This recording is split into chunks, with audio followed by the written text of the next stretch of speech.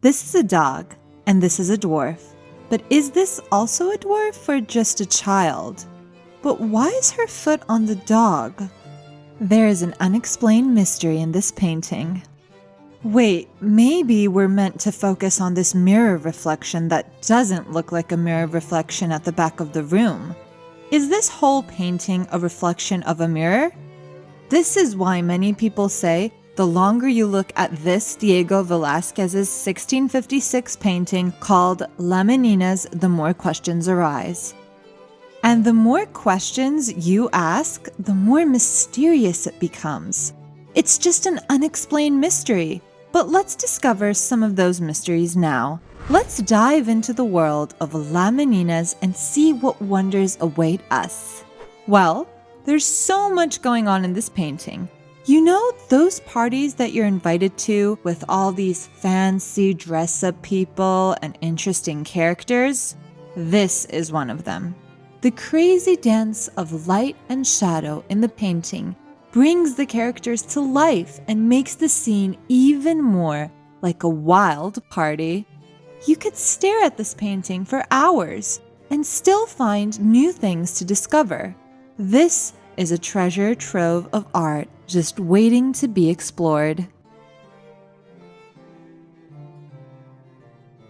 One of the most prominent interpretations of the painting is that it is also a representation of the Spanish court and the role of the artist in society. The diagonal arrangement of the characters in the painting draws the viewer's eye from the back of the room to the front, with the princess at the center as the focal point. Here is our first mystery, the mystery in the mirror. Our eyes are drawn to the couple reflected in the mirror at the back of the room. Who is this couple? Here we see the figures of King Philip IV and his queen, Mariana of Austria. This is a truly unique perspective on a royal portrait, groundbreaking in a way. Instead of looking at the king and queen, we see the world from their point of view. We are taken into a one-of-a-kind perspective of a royal court. The painting also indicates the relationship between Diego Velasquez and the royal family. By including the king and queen in the reflection, Velasquez presented himself as a courtier who had access to the royal family and was an important figure at the court. But why?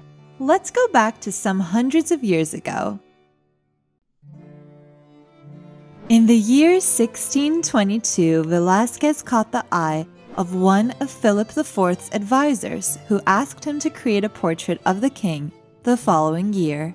Upon viewing the portrait, the monarch, who had recently lost his previous court painter, was pleased with Velasquez's work and appointed him as the new court painter in Madrid. It's like if you were auditioning for a band and the band manager was like, "Hey, you're pretty good, want to join the band?" Velasquez must have been on cloud 9 after that. He's often compared to Shakespeare, as both are considered to be masters of their respective art forms, renowned for their exceptional skill, creativity, and influence on their respective fields. The ability of Diego Velasquez's portraits to create a sense of communication or dialogue between the subject of the portrait and the viewer was very unique, just like Shakespeare. But there are some mysteries in this painting. Just because I said it's a mirror doesn't really mean it's actually a mirror. I mean, it looks like a mirror, but what if it's actually a painting? Some people believe it's a portrait. Bear in mind that this right here is a painting. Anyway, most of his paintings give the idea that the portraits convey not only a likeness of the subject, but also a sense of their inner lives and personalities, so that the viewer feels as though they are engaging in a conversation with the person depicted. An example of this is the portrait called A Spanish Gentleman. You can see that as you gaze upon this painting, you can't help but feel as though he is gazing back at you, with a sense of communication and dialogue flowing between you and the painted figure. This is not just a mere optical illusion, but rather a feeling that is both eerie and exciting. Let's come back to Las Meninas. The focal point of Velasquez's masterpiece, Las Meninas, is the young Spanish princess, Infanta Margarita, who appears at the center of the painting. She was approximately 5 years old at the time of painting. Her maids of honor, Las Meninas, surround her. On her left, one stands ready to make a grand curtsy fit for a princess. On her right, the maid drops to her knees and offers a shiny tray with a refreshing drink for the Royal Highness. How delightful! It seems like the princess will have a fantastic time with her ladies-in-waiting by her side. She is dressed in opulent attire, befitting a young Habsburg. Interestingly, her gaze is directed not towards her ladies-in-waiting, but instead is fixed directly outward towards us. If you take a peek at the right side of the painting, you'll see a pair of adorable little dwarves, Barbola from Germany and Pertusato from Italy. But hold up, what's Pertusato up to? He's got his foot on the back of a snoozing dog, trying to wake it up.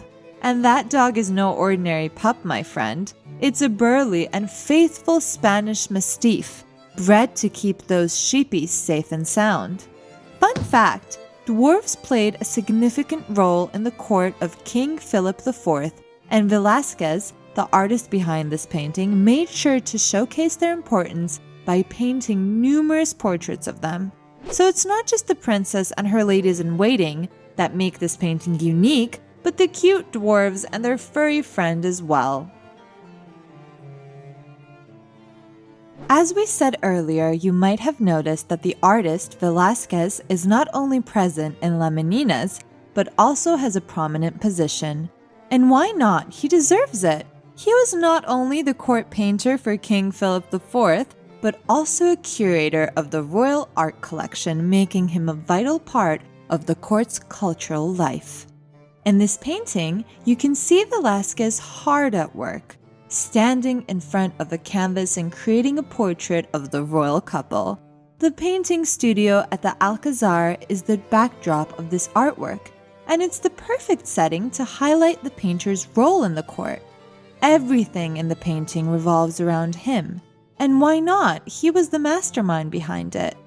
Hey, did you also notice a red cross on his chest? That's the emblem of the Order of Santiago, which is a super prestigious religious and military group. And guess what?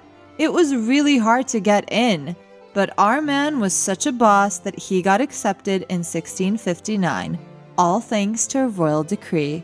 Talk about being a total boss. Now here's the funny part. Some people used to think that he added the cross to his chest later on, but that's not the case. Recent conservation studies have shown that the cross was there all along. So, do you think the artist was trying to show off his buddy's future knighthood before it even happened? Some people also think that Velasquez made the painting after he was knighted. In short, this painting remains one of the most celebrated and mysterious paintings in the history of Western art. I'd like to know what you think. Were you able to solve the mystery in this painting? Thank you so much for watching.